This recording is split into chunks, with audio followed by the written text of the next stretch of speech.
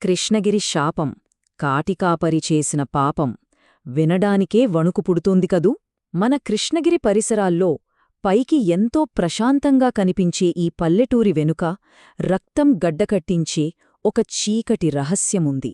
అసలిది కేవలం ఒక కాటికాపరి చేసిన తప్పు మాత్రమే కాదు, మరణం తర్వాత జరిగి అంతుచిక్కని పరిణామాలకు మన ఊరు అనుభవించిన ప్రాణభయానికి సజీవ సాక్ష్యం. అసలు ఆ రాత్రేం జరిగిందో, ఈ కథ ఏంటో ఇప్పుడు తెలుసుకుందాం. మన ఊరి శ్మశానం వైపు వెళ్లాలంటే జనం ఇప్పటికీ భయంతో వణికిపోతారు. చనిపోయిన వారిని అవమానిస్తే ఏమవుతుందో మేము కళ్ళారా చూశాం అని ఇప్పటికీ గుసగుసలాడుకుంటూనే ఉంటారు. ఆ చీకటి రాత్రిని ఒక్కసారి తలుచుకుంటే చాలు, ఎవ్వరికైనా సరే ఒళ్ళు గగురుపొడుస్తుంది. మొదటి భాగం, దెయ్యాల శ్మశానం రహస్యం. మన ఊరి శ్మశానంలో ఆ కిట్టానందరికీ తెలుసు కదా.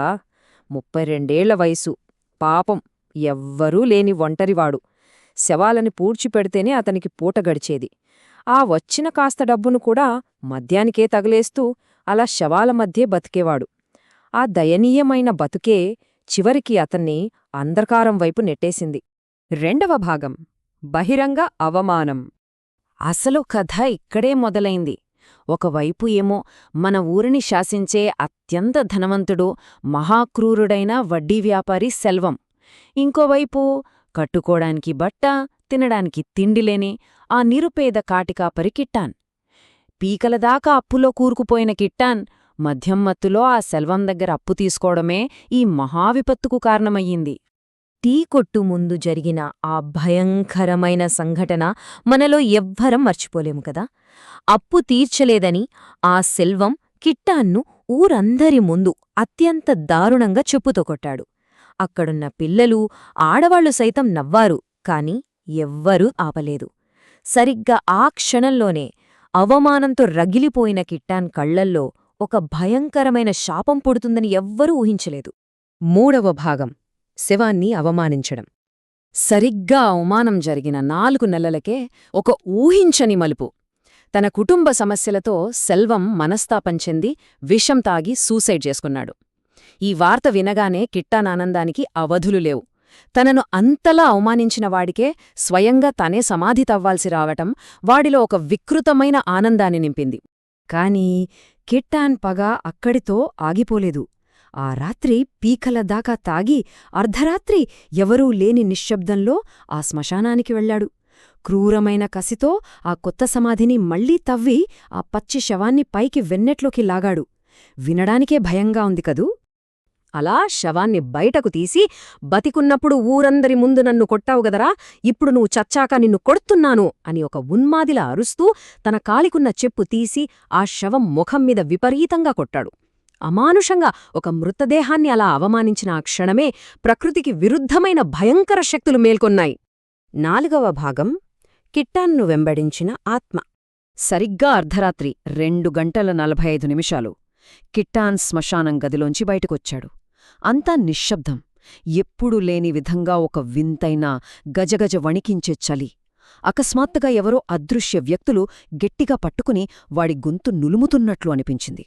ఊపిరి ఆడక వెనుక నుండి ఎవరో బలంగా నెట్టేయడంతో వాడు కిందిపడి స్పృహ కోల్పోయాడు.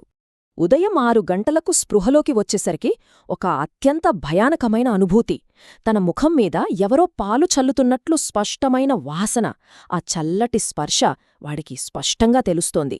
తీరా చూస్తే దూరంగా సెల్వం సమాధి దగ్గర బంధువులు ఆచారంగా పాలు పోస్తున్నారు. కాని సమాధిపై పడుతున్న ఆ పాలు ఇక్కడ కిటాన్ ముఖంపై పడుతున్నాయి. ఆ ఆత్మవాడిని వెంబడించడం మొదలుపెట్టిందని అనడానికి ఇదే అతిపెద్ద సంకేతం. 5వ భాగం, మన మధ్య సంచరిస్తున్న ఆత్మ. ఇక ఆ భయం మన ఊరిని ఎలా కమ్మేసిందో చూడండి. మొదటి రోజు శ్మశానంలో ఆ దాడి జరిగితే, 3వ రోజు అర్ధరాత్రి కిట్టాన్ మన ఊరిలోని టీ స్టాల్ నడిపే ఆవిడ ఇంట్లోకి చొరబడడానికి ట్రై చేశాడు. అప్పుడు కిట్టాన్ గొంతులోంచి ఏకంగా నేను సెల్వంని అన్న మాటలు వినిపించాయి. ఇక 16వ రోజున కరుమాది ఆచారంలో జరిగిన దారుణానికైతే ఊరంతా భయంతో వణికిపోయింది. అసలు కరుమాది అంటే మీకు తెలుసు కదా. చనిపోయిన 16వ రోజున ఆత్మకు ఇష్టమైన ఆహారాన్ని నైవేద్యంగా పెట్టడం. ఆ ఆహారాన్ని కాకులు తింటేనే ఆత్మకు శాంతి దొరికిందని మన నమ్మకం.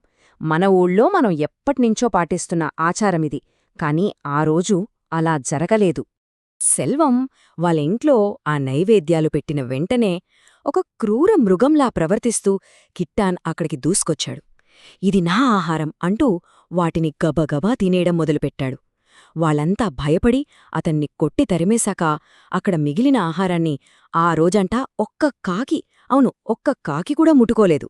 ఇక ఆ రాత్రి మళ్ళీ వచ్చిన కిట్టాన్ అదే దెయ్యం గొంతుతో నిన్ను వదలను అని సెల్వం భార్యను హెచ్చరించడంతో ఆ ఆత్మ మన ఊరి వీధుల్లోని సంచరిస్తోందని అందరికీ స్పష్టంగా అర్థమైపోయింది. 6వ భాగం ఆత్మబంధనం. మన ఊరిలో ప్రతి ఏటా జరిగే ఎల్లై మాకాళి అమ్మవారి జాతర మనందరికీ ఎంత పవిత్రమో ప్రత్యేకంగా చెప్పక్కర్లేదు.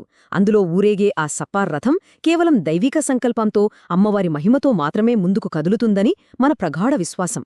నిజానికి ఆ దైవశక్తే ఆ రోజు మన ఊరిని ఆ ఘోరము నుండి కాపాడింది. అలా ఊరేగింపుగా వస్తున్న ఆ పవిత్ర రథం సడన్గా కిట్టానింటి ముందుకొచ్చి ఆగిపోయింది.